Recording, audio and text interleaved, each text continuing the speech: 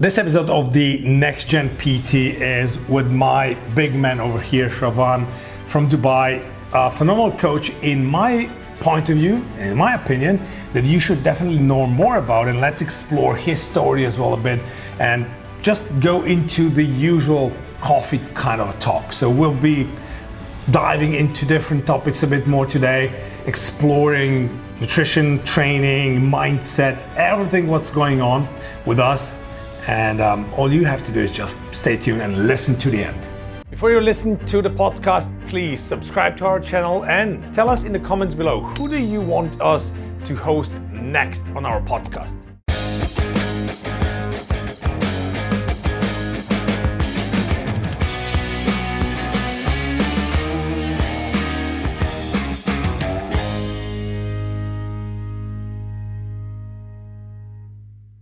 Shravan, it's a pleasure to have you here, mate. Man, yeah. To be with you and do this kind of stuff. Same. I think it's very important for us as trainers to go out there and talk about what we do. Explore our stories. People don't know our stories, so it's so hard to relate to us because the usual client would look at us and think, well, he doesn't understand me. Yeah. He doesn't understand me. He never been in my shoes. He didn't go through all the things, all the suffers and the struggles that I've been through. What is your experience on that one? Like, building relatability with clients is super important, and they need to know we're human as well, just like them, right? I feel like we seem like tools to them sometimes when by we, I mean personal trainers. You know, we just stand there, we're on our phones, we count reps, we're just counting machines. That's the perception, isn't it? Yeah.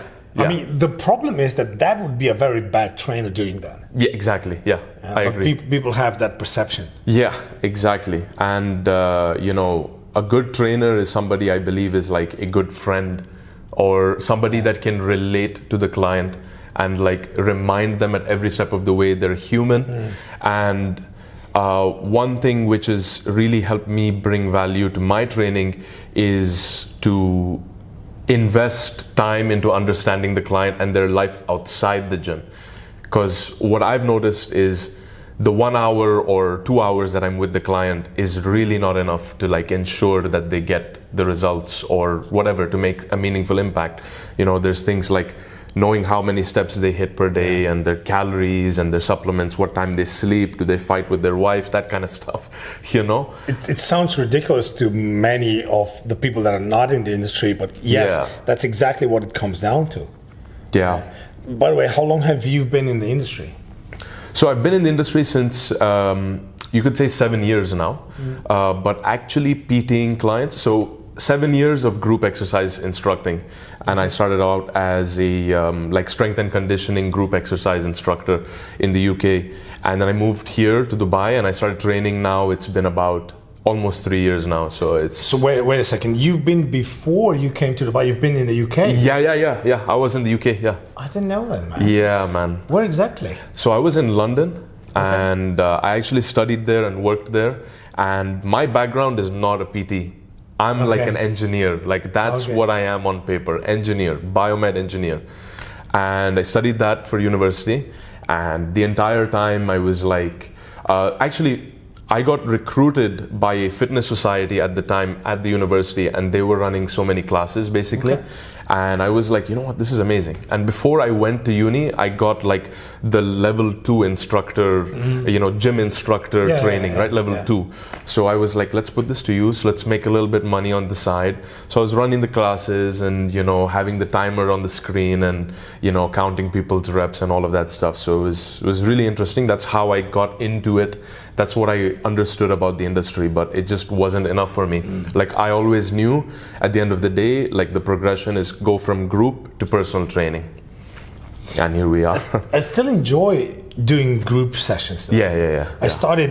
I actually started way back. It was more than 24 years ago. I started with martial arts actually. And that was my, you know, I was not even 18 years of age when I started to think, okay, opening my own club, which is weird. You know, if I look back at things, I wouldn't do that again. Yeah. Not with 18, because I would definitely wait for having more experience, even more experience. Yeah. I was always investing a lot of my knowledge, even with the martial arts.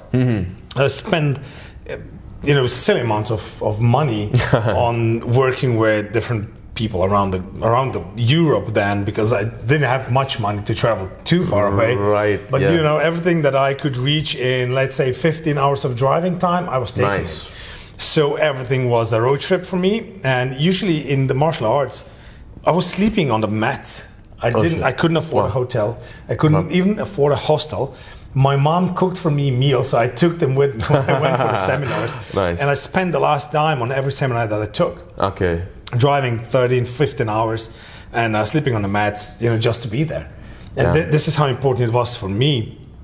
But I didn't know about the London stuff. So is that where your family, because you told me about it, your family has actually a medical center here in Dubai? Yeah, that's right. Yeah. And was that the reason why you went into biomed engineering? Or what was the actual reason? Yeah, what was the reason? Yeah, like we need to go back.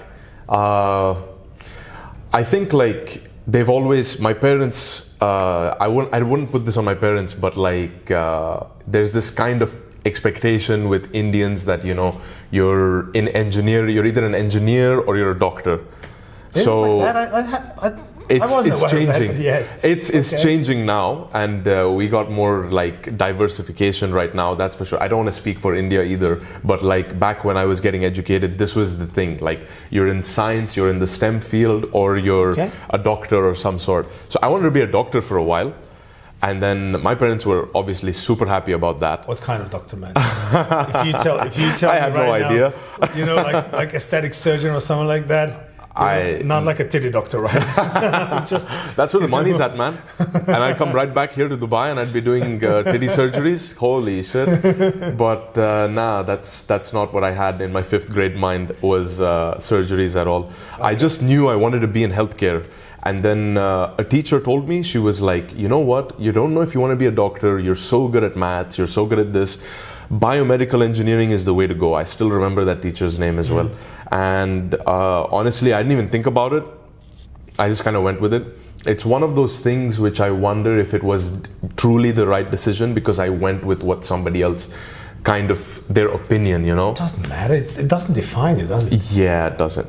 Yeah. I mean, it was an early decision as well. Yeah. I'm not going to regret a decision I made when I was 17 years old. Of course not. At the end of the day, like a lot of transferable skills, you're doing engineering, so you learn how to like break a problem into many bits, and then you come up with the solution to the problem.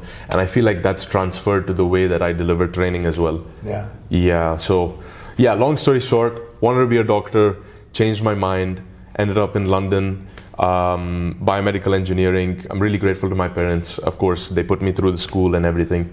And worked in that industry for some time, by the way. You still do, don't you? Yeah, technically. But I was like a real engineer for 2 years, like in a healthcare company. What does that mean, actually? What does that job look like? That's crazy, because engineer now with AI, and that time the AI was really booming. I don't think ChatGPT was there yet, but it was definitely making its way to like healthcare. Yeah. And so engineer really means like you're behind a computer, you're writing programs, you're writing software, and you're testing it out on real world data. And I was just working for a diagnostic company that was exploring all these AI solutions, specifically with MRI. So that's what it looked like, but just a bunch of like typing on a computer. Okay. Yeah. Well, so the work on its own didn't help you much for the fitness stuff, but everything that you learned along the way will still come in handy. Yeah, for sure. For sure. So that I don't see any decisions like that as lost chances, missed opportunities or something like that. You know what I mean? You're right. Yeah. It's every knowledge you get will be useful in one way or another during time. Exactly, yeah. Especially in what we do. Yeah. So I don't think that is a huge problem. And on a second note, it's what I believe it's very important what you have done, what I've been doing my whole life. Because if it would be up to my parents, I wouldn't be a personal trainer either. Oh, okay. Where I come from, what did they want Slovenians to be? Well, my dad. Look, I'm coming from a very, very, not too much. I don't want to make false assumption here. But we never were rich or have had a lot of money or whatever. My mom was a kindergarten teacher. Oh, okay. My dad was working in an electrical company. They produced electrical manufacturing. They put me through school somehow as well. Okay. Okay. Yeah. So I got a scholarship by them, and I still have a very good relationship with that owner of that company. Okay. My dad was working in the same company for more than 42 years. Damn. Wow. Okay. He started to work there when he was 16. Holy. And that was it. He didn't go even to. We have a middle school, like high school. Yeah. He didn't even do that. Oh wow. He was just straight out of the primary school into work and started to work on it. But he was, my dad is a very, very smart guy and a huge role model for myself as well. Wow. He was, always there for us. Even, regardless of how much work he had, I was like 10 years old and we were fixing cars together and everything. So he taught me a lot. So we spend a lot of time together, which I don't spend as much right now with my kids. Oh. But I would like to. But, life changes and different jobs, I suppose, have different responsibilities and so on and obligations, which is quite fine. But both of my parents taught me that if you want to have something in life, you got to work for it. Yeah. And you got to work really, really hard and be relentless with it. Yeah. Despite they wouldn't see it the same way right now, but they were actually those that gave me that mindset. I mean, they bought a small piece of land and they were building the house without any bank loans, without anything, just working hard for it. 42 years in the same company, man. Yeah. That's a lifetime. So this is my background, and what I wanted to change is I knew from around 16 years of age that I want to work in the fitness or the sports field. I knew that sports is my life. I want to change people's lives through that. Yeah. And this is something that I will be making money of. So everything else, every other job that I've had was connected to me investing in my knowledge so that I could once live off of that. And I did that. And I just have a general question. Like, how did you get into martial arts and why? Was it a personality trait? Were you born with that? Yes. I would guess so. Yeah, I mean, I played all kinds of sport. We were regional championships in basketball when I was in my primary school. I was playing quite good soccer. Back then. I still call it. I mean, I prefer to call it football because that's football. No, I'm with you. I'm with you on that. Except the Americans, they don't know what they're talking about. They have football. They play with their hands. It's one kick only, and they call it football. That's not football, guys. No, that's not. Yeah. But so I was even playing tennis. I was doing all kinds of stuff. I was good in athletics, everything. I wasn't the best in it, but I was quite average. Sounds almost like a commercial for CrossFit. But martial arts became, for me, when I transitioned into the high school, two of my cousins were already training Aikido. Oh, right. And Aikido was, not competitive, so I thought, let's give it a try. And I really liked it. So all my tattoos and everything is still connected to you that. mentioned that, yeah. But I wanted always more, so I wasn't staying just with Aikido. I started karate, I started kickboxing and boxing next to it. Okay. So I was training a lot. And I was exploring, what can I do better? Okay, if that is the attack, how to defend against it, and so on and so on. You're right. But with time, I changed that. So I started to do Aikido even differently. Not that I would be right now, when we know more about Steven Seagal, extremely proud of that I worked with some of his coaches back then. Yep. But it was a good experience. It was harder than what we've seen in Europe so far. I had a good friend that was in the French Foreign Legion. So they've done a lot of Aikido practice in the Foreign Legion. So I was practicing with him as well at certain occasions. So that was okay. Oh, what's the Foreign Legion? It's like that's the mercenary, the mercenary group of the French army. Okay. So they get down and dirty. Okay. Oh yeah, yeah. So that was quite a good experience, and talking to him many times how they train and what you can get out of it, it changed my perspective again. Yeah. So I put everything in it, and it was many years. And I was 20 years when I opened my own dojo, and I started to train between 50 and 60 people back then. I was 20 freaking years old. That's nothing. Yep. But people started to trust me. I was quite good at it because I was working my ass for it. Yep. I was working my ass off every single day. I was on the mats for 6 hours per day, every day. Wow. No exceptions. Yep. So we can do that. And one of my cousins was still training with me. Oh, okay. So we're still like, the tight. best kind of pals and really tight from this day on. But fitness and weight training and so on, it was always a huge part of it, because you have to stay in shape. Fit, you have to, strong. strength and everything plays a role. So it was the transition around 2006, 2007. Okay. After I gained a lot of weight, by the way. I moved to Vienna with my ex, and I was starting to work in a mobile company. Yeah. So I was sitting down a lot, not training that much, and I gained a lot of weight. Was that like a sales thing or something? Sales, marketing, outside sales, so field sales. I was around a lot in the car, sitting down too much.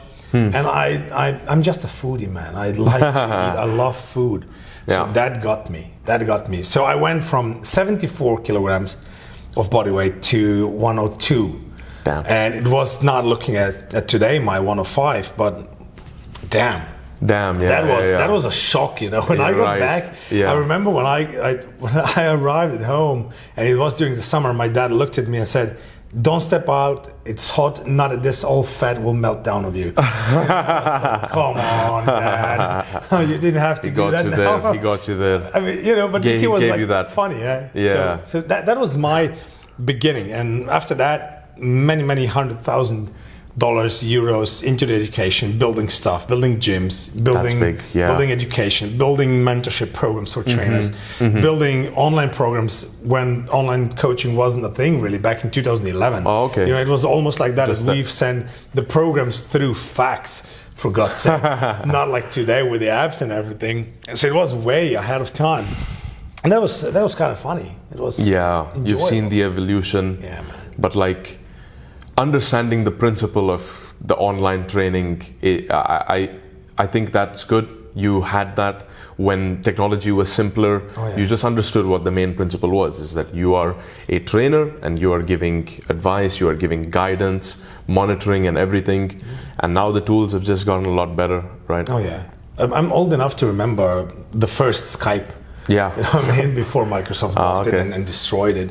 But so the first Skype. This is where we are doing where we were doing the calls and so on with our clients. Abroad, because if we would really have done it by the phone, that would be insanely expensive. Right. Yeah. So Skype was. So thank God for Skype. Well, I'm even older than that. I was just having a podcast, like 1 month ago, with a guy that is doing art teaching. So he teaches drawings and so on. Okay. And he was in engineering in the very beginning, so around 2001 or something like that. They used the 56K modems, the dial-up stuff, to control a robot from the US into Europe with only 1 second delay. Okay.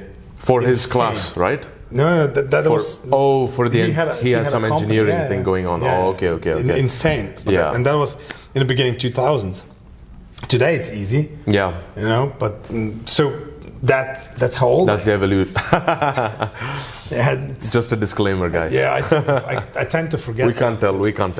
It's all good. I don't mind. It's usually I would say just a number, but you can feel the number. I wouldn't say that when I was 35 it was different than it is now above 40. It is, and it's only 6 years difference, to be fair. Yeah. But it makes a huge difference. Whereas between 25 and 35, I didn't see anything. Yeah, nothing really. No.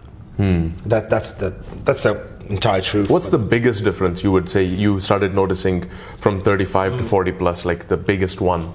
For me, it's recovery. Yeah. Sleep. Okay, sleep. Back in the day, so 13 years ago, I was doing a world record. for the Guinness Book. Oh yeah. I was cycling for 11 days non-stop. All right, yeah. Okay, so my preparation phase for that was a bit over a year, where I slept less than 2 hours per night for 1 year. I destroyed my body with that. Yeah, Hormonally, yeah. and everything I was just shattered. Yeah, so that was not healthy, and I would recommend not to do that. Why did you want to do that? I didn't know. I'm kind of like a lunatic at times. So I've done triathlon before that. I started cycling, and I really enjoyed cycling. Right. And that was my group exercise kind of thing with spinning and so on. Spinning classes. Honestly, I like a good spin class. Spinning classes are amazing. Burn the energy out. Calorie burner. I found my mixes, my music mixes back in the day. Way back. Oh, okay. It was like traveling through time again. But yeah, it was nice. So I just started, and there was a festival in our town every year going on, and a company sponsored that spinning. For every kilometer that was cycled through the whole event, they would give €1 for charity. That's cool. So me and a couple of other trainer friends, we decided, okay, if you're doing that, then we'll go and trash it out for you. Okay, so we went on a cycle. So I was 48 hours on the bike, straight up. Yep. And 40 hours is also a long time. So it is. I had a long time to think about it. So I started to ask, if I'm not right now 48 hours, what was the longest ride? Oh yeah, okay. And then it's 11 days. That was the idea. Crazy. It was less, actually. It was 177 hours when I started my prep. Okay. And the record was held by George Hood, a former, I believe he was Navy SEALs. I have to check that, but I believe from the US. And he was such a nice guy. So I reached out to him, asked questions, always happy to answer them. And then I started my prep. I think you told me about how you couldn't even take a bathroom break in peace. I remember hearing this. Yeah. It's kind of weird when you're taking a shit and somebody's watching you straight in the eye. Yeah. So I believe that I had a problem before my world record attempt. I had a problem to go, on the piss box in the male's bathroom, right? After that, I don't give a shit anymore, to be honest. I just go and do it. Ready. Yeah, because, I was sitting on a potty and somebody is watching you straight in the eye, just taking care that you don't fall asleep or taking a shit. Yeah. It was a not really romantic experience. If you know what I mean. It's not the eye contact you're looking for. It's intimate though. It's definitely intimate. It's crazy how some people probably slept trying to take a shit and then they lost the world record. That's crazy. Yeah, might be. Well, you didn't. That's good. I didn't. No, I was watched carefully for that one. Nice. So we've done it. We've done it at the end, because the problem was during my prep, an Italian guy, Patrizio Ciroli, broke the record and set it from 177 hours to 224. Oh my God. I was like, come on, man. He just blew it out of the park. Yeah. So this guy. I changed my prep a lot. Worked with a good friend of mine, actually, which is kind of funny because that good friend of mine is 30 years older than I am, but a very good psychologist. So he was helping me out with that prep, so I could do nice. autogenic training and so on. That is something that I'm using today with all of my clients also. What is that? Autogenic training. What's that? Well, it works like not simple affirmations, but auto-suggestions. So you have certain keywords that you're using, and it's how to describe it best? It's like a combo between meditation and self-awareness. Okay. And hypnosis. Okay. Something like that. Self-hypnosis kind of stuff. Right. So this is something that we use for power naps or to use our sleep as efficiently as possible. Okay. Because I had 20 minutes planned out per day of sleep for the entire world record. Yeah. Because the rules were like that. So every full hour I spent on the bike, consecutive, I could cash in 5 minutes of rest. Oh, okay. If I would broke down the hour before it was full 60 minutes, I would not get the 5 minutes. You wouldn't even get the, wow. So I was staying on the bike for 4 to 6 hours at a time before taking a break and going to the bathroom. But the problem is because you're constantly cycling, so you eat everything on the bike, you drink a lot and so on, so you need to go to the bathroom. Yeah. But this is something that I'm still holding on today, so I don't need bathroom breaks like probably a normal person does. Even if I drink a bit more, you know what I mean? So I can stay a couple of hours easy like that before I need to go. And you can manage that power nap when you need to, because Oh yeah. Ooh, that power nap stuff, that was wild. that's tough. Like even some, like honestly, I can share this personally. Like going to sleep when you have an active mind is tough. Like Tell me about it. yeah. So I would love to hear about this autogenesis and. We will have, so inside the program, I'm running 2 programs right now, or the main program. So one is my coaching program for my clients, which is called the Ultimate Role Model, which is coming kind of from my dad, actually. I told you that he was my role model, and I still look up to him. So that's why I took it, because my clients, I work with over 4,000 clients in my career. Wow. And a lot of people. Yeah, a lot of my clients were not just training to have, abs out or whatever. They wanted to be a good role model to the society, to their social environment, family, friends, co-workers, employees, whatever. Okay. So when you do that, it's, I believe, a noble aspiration to have.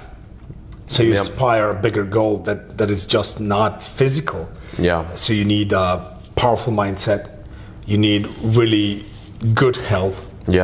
You need, in my opinion, pure strength.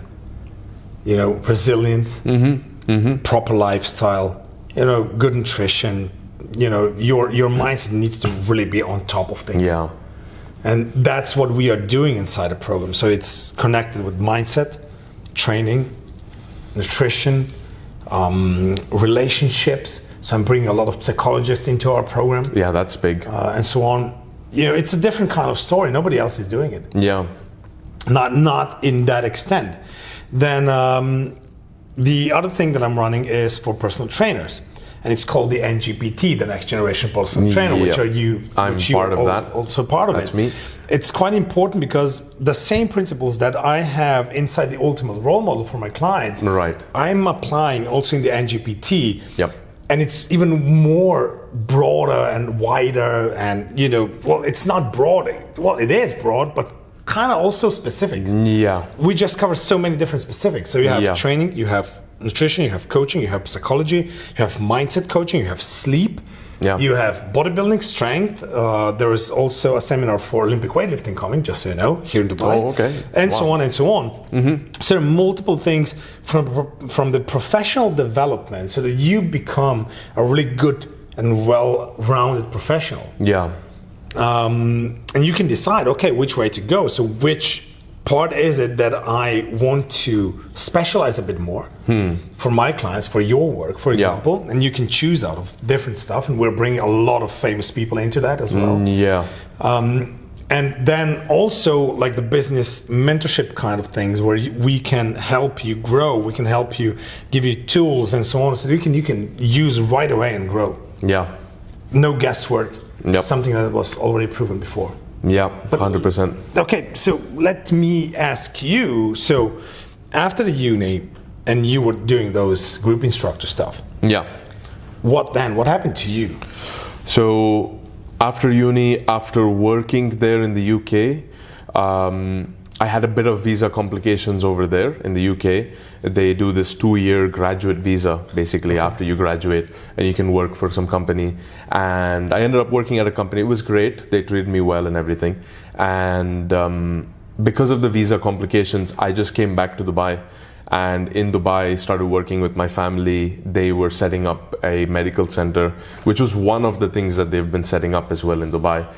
So they were like, you did biomedical engineering, okay, we need exactly that. That's who you're gonna be with us, but a more operational, like managerial oversight kind of role. So I've been doing that, but the entire time I was like, what am I going to do about fitness, you know? Because the entire time through uni and work, fitness was not just something I do for me working out and feeling good and sane and everything, but also like giving back to the community, training people, running the classes, that kind of thing.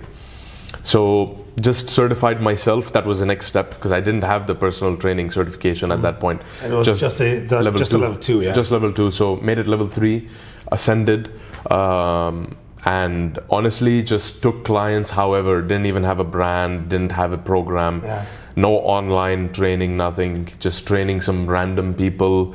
Well, not really random people, word of mouth, right? Big marketing for trainers. More diverse. You didn't specialize in anything. You just took. There was genuinely no particular business vision. It was more like, this is what I was doing in uni. I enjoyed it. I'm gonna do more of it now, and just take whatever comes my way.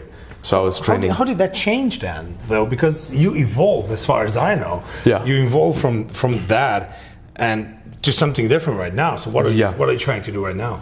What I'm trying to do right now is package myself as the ideal trainer, in a sense, where I'm not just the person that's with you in person for 1 or 2 hours every day, but I'm more like your digital health coach. I really want to be that. And you know, in a world where now AI is there and you can, you know, technically prompt and create that for yourself, I still want to be the human element to that, a human version of that, basically. Because I know that humans, at the end of the day, we crave that, right? We would really prefer, especially for an intimate job like taking care of your health and your weight and all of that. I'd like to think you still want a human doing that and looking over that. So the goal is to be that digital assistant as a health coach. And honestly, with the NGPT stuff that we've been doing, just learning, you know, through the academy, through the mentorship, basically, like, there's a lot more you can cover, a lot more grounds you can cover. There's the mindset coaching, which I never even thought about. And there's going above and beyond. And I remember you mentioned that you were doing this with some of your clients, and I took a big inspiration from that, by the way.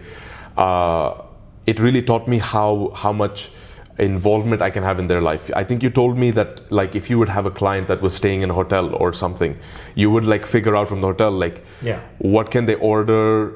I have a client here, send me your menu, all of that. Exactly. And I was like, wow, that's what a personal trainer should be doing.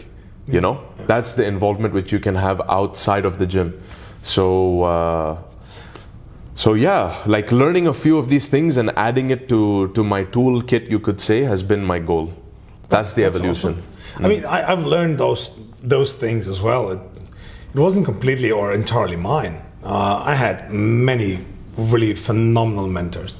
Yeah. One of those, Phil Learning from the UK. Mm-hmm. I will forever be grateful for everything that he has done for me.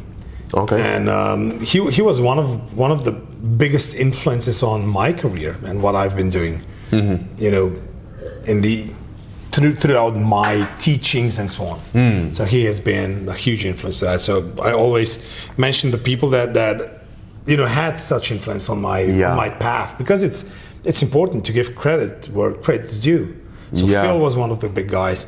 Luke Lehman, which is a really good friend of mine from Muscle Nerds, he influenced a lot of my thought processes. Phil Graham, another good friend of mine, which is from the business perspective, lifestyle, mindset, and so on. So I'm trying to collect all these experiences and, you know, pass it on. Yeah. Somehow, just with my pinch of salt and a bit of pepper. So, you gotta have a little spice in there. Yeah, of course. Yeah. By the way, you started a new program, by the way. I know that because we've done that together. So what is your program right now about? So it's designed to be a 90-day body recomposition journey. 90 days, because I feel like that's a standard 3-month turnover to really witness some significant change. But of course, it's designed to be a lifestyle change, so it's not really a crash program. But the idea and the main sort of agenda with this kind of program is like body recomposition in general. Bringing down fat, building muscle, And along the way, if you have any specific performance goals, like maybe you want to be able to do some pull-ups or some body weight movements, then we can incorporate that into the program. So you get a custom workout plan, of course, you get the nutrition dialed in for you as well, which is very much customized to your schedule, like if you're traveling or not. So personally now I have some clients who are really busy consultants in this region. What that means as a consultant is they're going offshore and they're going to Riyadh like every week. Yeah. They spend like 4 or 5 nights in Riyadh, all these consultants, because a lot of work is happening in Saudi right now, like a lot of tech transformation. So I digress. Basically, like the nutrition, the workout, the supplement guidance, the weekly check-in, the community support calls, and hopefully, which I haven't been implementing, but it's definitely something that's going to happen, like some live in-person events as well, to sort of offer some value. So that's the real package of it. Yeah, I believe that the live in-person events, they do so much more to it. Yeah. You know, I like the online stuff, but every once in a while to get all the people together, like offline for a meal, you know, maybe some small workshops and sit down and just exchange ideas. Yeah. Amazing. Yeah, 100%. I agree. I want to do, you know, small seminars, workshops. Maybe we all go and have breakfast, or we do like an outdoor workout by the beach. A bunch of different ideas. You know, these guys are doing run clubs now. That's like super big in Dubai. Yeah, everybody with an Instagram following has a run club now, and they just collect people. I even heard about a walking club, by the way. Yeah. So it's not just you running. You got people that are like me, who I hate running. Like you got people like me that do walking. It's already 2 of us, and I was doing triathlon, man. I didn't like it. That was the worst part of it. I enjoyed everything else. Yeah. So that's kind of the vision. So we will definitely not start a running club. We're not gonna. Yeah, that's the pact between you and me. Good. So we have other clubs, guys. So if you want to join us, just below in the description you'll find Shravan's social media links, my social media links, my email address, your email address. Right. So you can always reach out to us regardless of what the question is, and basically regardless of where you are right now. Yeah, that's the power of it, right? Like we live in that day and age. Just log in, tune in. There's so much to learn from Alex, and we're trying to offer value at every step, right? Yeah. That's a big thing. Like we're not just trying to, sign you up for our programs or whatever. You could totally do your own thing just by following us and, looking at the content and working at it for free. I mean, I know I did that actually on YouTube. Oh yeah, man. I learned a lot. Yeah, well, I learned a lot on YouTube, just 6-pack shortcuts from Mike Chang back in the day. Yeah. I mean, yeah, there's a lot of free stuff there, but that's the reason why we're doing exactly this right now, talking and exploring. Yeah, that's true. This is just so you can get to know us a bit better. Yeah. You understand what we're doing, and we would really appreciate your subscribe and like. Yes, just please. If you go down there. Right there. Press it. All good. Thank you for that. One more thing, man. Yeah. So your rebuild program. Ultimate. Yeah. Right? Yeah. So what kind of clients are you actually searching for that? Yeah. That's a really good question, because I feel like a lot of PTs go through this journey. You have the broadest ICP, ideal customer profile, and then you narrow it down and you niche down. I still think mine is a little broad, but I want to say, I'll tell you that it's 25 plus year olds, okay. Busy corporates, working 9 to 5s, like the consultants that are traveling to Riyadh for 4 nights in a week. That's the ideal person for this. The program is built for them, because they're on the move and they're super busy and they need a way to implement fitness into their life. So it's for them.